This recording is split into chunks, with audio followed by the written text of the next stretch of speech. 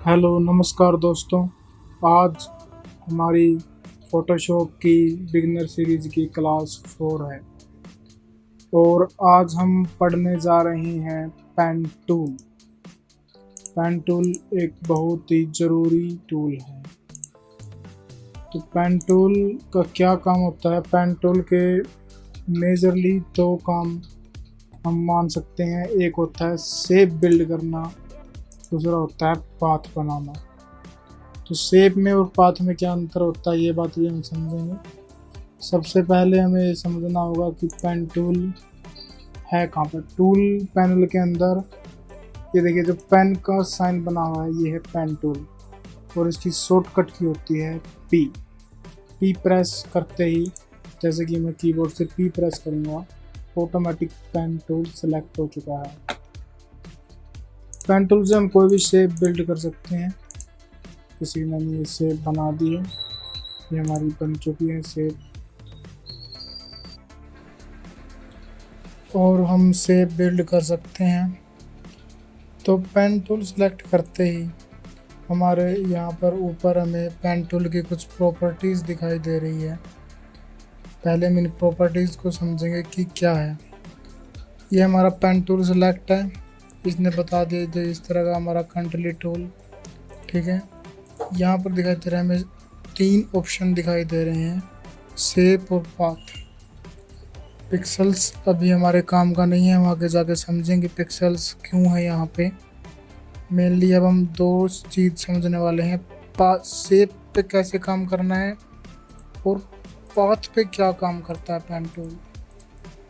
Path का क्या है, क्या मतलब है पाथ का। तो शेप के लिए इसलिए पेन टूल ज़रूरी है। पहले हम इसको पूरा प्रॉपर्टीज़ पैनल को ही समझ लेते हैं। यहाँ पे फिल ऑप्शन। फिल में क्या है कि हमें किस तरह का कलर चाहिए है इसके अंदर जो हम शेप बिल्ड कर रहे हैं।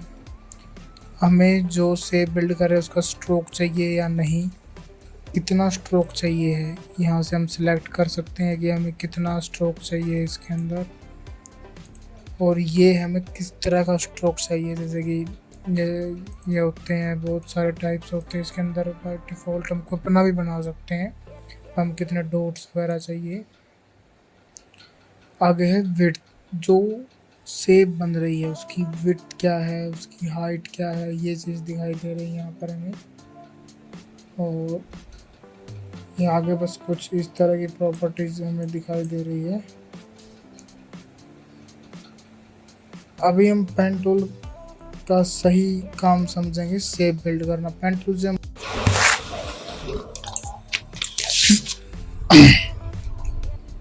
ये तो हमने समझ लिया कि हम पेन टूल से कोई भी शेप बना सकते हैं, लेकिन अब हम समझेंगे कि पेन टूल में ये इतने सारे ऑप्शंस किस चीज़ के हैं, जैसे कि pen tool, free form pen tool, curvature pen tool, add anchor point, delete anchor point, convert point tool. तो मैंने जैसे ये शेप बना रखी है पेन टूल से, और मुझे क्या करना है, अभी इसके जो कॉर्नर्स है, कॉर्नर्स पे जो हमारा पॉइंट होता है इसको राउंड करने के लिए, जिसको हम एंकर पॉइंट को समझ लेते हैं। चलो पहले एंकर पॉइंट भी जरूरी है। अब हमें पता है इसके अंदर 4 एंकर पॉइंट है कॉर्नर्स पे। मुझे क्या करना है, इसके अंदर एंकर पॉइंट ऐड करना है। तो मैं इसके ऊपर जैसे क्लिक करूंगा हमारा एंकर पॉइंट ऐड हो जाएगा। 1 सेकेंड, जैसे कि पेन टूल से इसे बनाई थी हमने।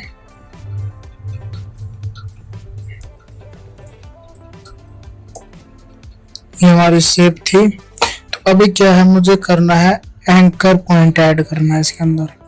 एंकर पॉइंट का मतलब होता है जहाँ पे ये ज्वाइन हो चुकी है। अभी मुझे यहाँ पे इसको बैंड या फिर यहाँ एंकर पॉइंट ऐड करने से छोटे छोटे एंकर पॉइंट ऐड हो गए हमारे यहाँ पर। इसके हम शेप को जिस चाहे शेप में ला सकते हैं। एंकर पॉइंट शेप को एक सही शेप में लाने के लिए बहुत मदद करते हैं। लेकिन हमें कई बार क्या होता है, बहुत सारे एंकर पॉइंट हो गए इसके अंदर, हमें कुछ एंकर पॉइंट डिलीट करने हैं, तो हमारे पास ऑप्शन है डिलीट एंकर पॉइंट।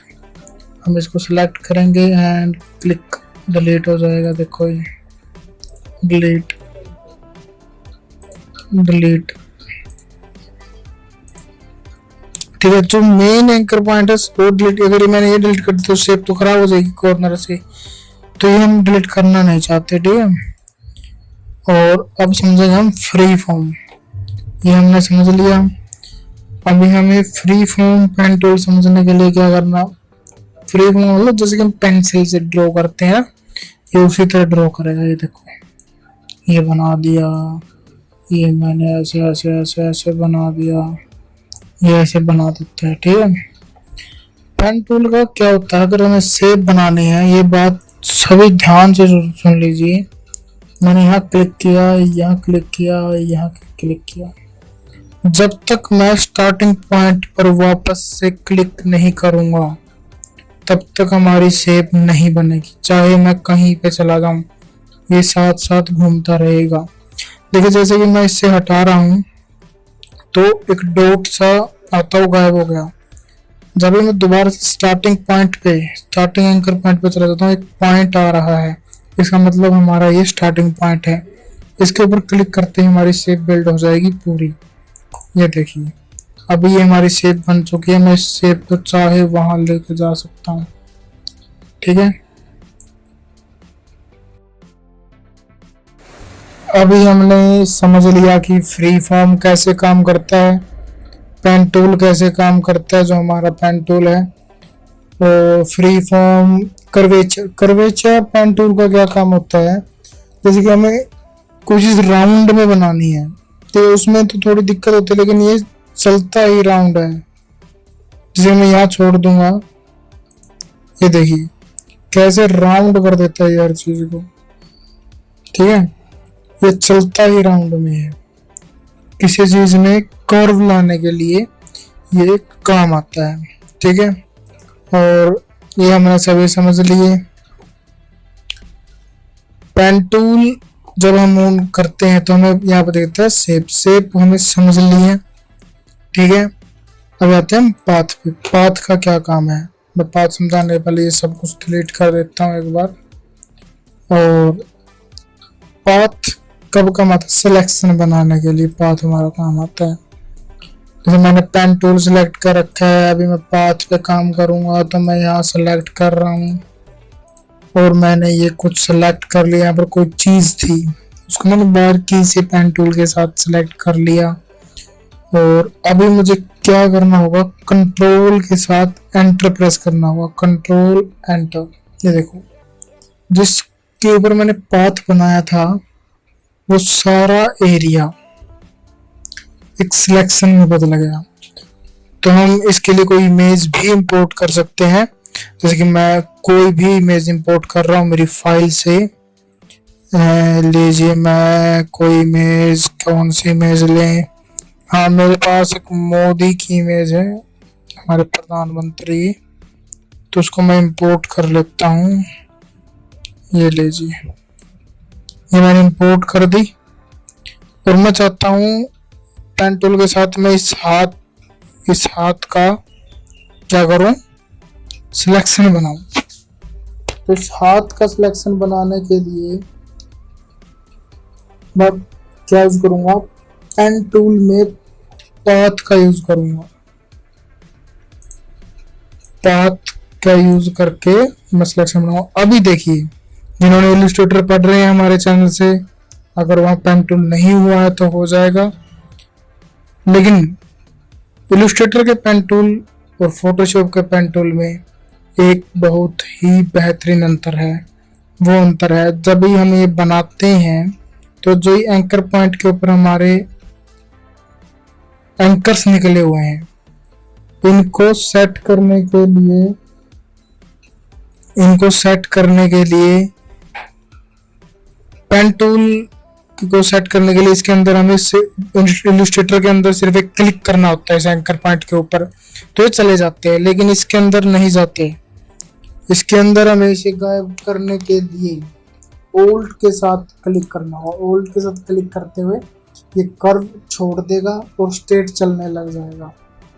जैसे कि मैं ओल्ड के साथ क्लिक करूंगा तो ये अपनी कर्व को छोड़ देगा, वरना एक कर्व पकड़ लेता है। क्योंकि मैं यहाँ क्लिक करूंगा और उसको नीचे की तरफ जब खींचता हूँ तो ये ऊपर की तरफ कर्व बनाता है।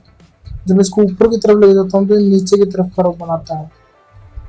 तो मैं जब कर्व इसकी सेट कर देता हूँ, मैं इतनी कर्व काफ़ी है।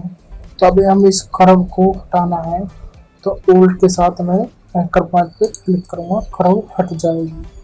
मैं अभी जल्दी जल्दी इसका सिलेक्शन बना देता हूँ।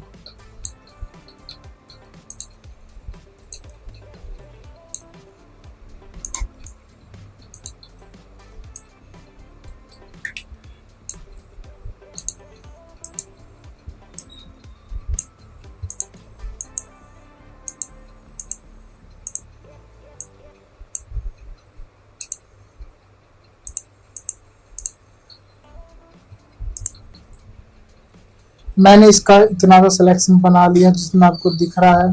पूरा मैं नहीं बना रहा क्योंकि आपको मैं बोर नहीं करना चाहता।